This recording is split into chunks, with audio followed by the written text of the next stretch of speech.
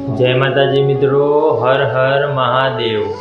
એક જ રવિવારના અંદર જો માનતા કે બાધા રાખી હોય અને આપણને એવો વિચાર આવતો હોય કે એના બીજા જ રવિવારે મારું કામ થઈ જાય, તો મિત્રો ઘણા ખરા લોકો ખુશ પણ થઈ ગયા હશે કે મહારાજ આવો કોઈ ઉપાય બતાવો કે આ રવિવારે આપણે માનતા માની હોય કોઈ ઠેકાણે અને ભગવાનને માથે રાખીને જો રોજ પ્રાર્થના કરીએ તો બીજા જ રવિવારે કામ થઈ જાય। તો કઈ પ્રાર્થના કરવી અને શું ઉપાય કરવો એના વિશે આપણે થોડું ભાર દઈને સમજીએ।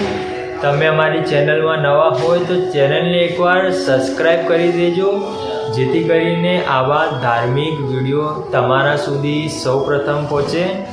તો મિત્રો આપણે સમજીએ કે આ રવિવારના દિવસે આપણે કોઈ સાનિધ્યમાં ગયા, જેમ કે આપણે અમૃત બાપાના મથાણી મેરડી માતાના સાનિધ્યમાં ગયા અને ત્યાં જઈને આપણી જે પ્રાર્થના હતી, જે આપણો સંકલ્પ હતો, જે આપણા મનના અંદરનો જે આપણો ભાર હતો એ આપણે માતાજીના સમક્ષ પેશ કર્યો, માતાજીની સામે આપણી વાત મૂકી, ત્યારે આપણું મન એકદમ હલકું થઈ ગયું અને એ જગ્યા ઉપર આપણને ખરા મનથી એવું થઈ ગયું કે હાશ હવે મારું સારું થઈ જશે। તો મિત્રો હવે તમે થોડું હજી ભાર દઈને સમજજો કે તમે જ્યારે અમૃત બાપાના મસાણી મેરડી માતાના સાનિધ્યના અંદર ગયા અને તમને ખાલી એવું દર્શન કરવાનો લાવો મળ્યો અને તમારા બધા જ દુઃખ તમે મેરડી માતાના સમક્ષ રજૂ કર્યા, ત્યારે તમારા મનમાં જ્યારે હાશ થઈ ગયું અને તમને અંદર એવું થઈ ગયું કે હાશ હવે મારું સારું થશે। એક ક્ષણે તમારું સારું થવાનું ચાલુ થઈ જાય એનું મુખ્ય કારણ એક જ છે કે એ જગ્યાએ તમારો વિશ્વાસ દ્રઢ થઈ ગયો।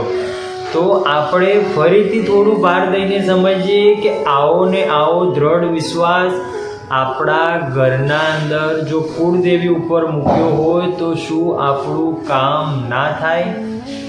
કોમેન્ટના અંદર તમે આ વાત જરૂર બતાવજો અને તમારો જો કોઈ પ્રશ્ન હોય એ પણ મને કહેજો, હું જરૂર જવાબ આપીશ। આપણું કામ અવશ્ય થાય જો કુળની દેવી ઉપર વિશ્વાસ રાખ્યો હોય। જેવી રીતે આપણે 1 મહિના પહેલાંનું મોબાઈલનું રિચાર્જ કરી દઈએ છીએ, તો આપણે સવારે ઉઠીને એવું કેમ નથી વિચારતા કે કાલથી બધું સારું થશે, મને માતાજી ઉપર પૂરેપૂરો વિશ્વાસ છે, એવું તમે કેમ નથી વિચારી શકતા? જો એનો ખ્યાલ પણ આપણને મનોમન થઈ જાય તો પણ આપણું જીવન પરિવર્તન થઈ જાય।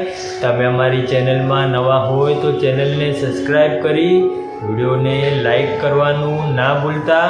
ત્યાં સુધી જય માતાજી મિત્રો, રાજી રહેજો।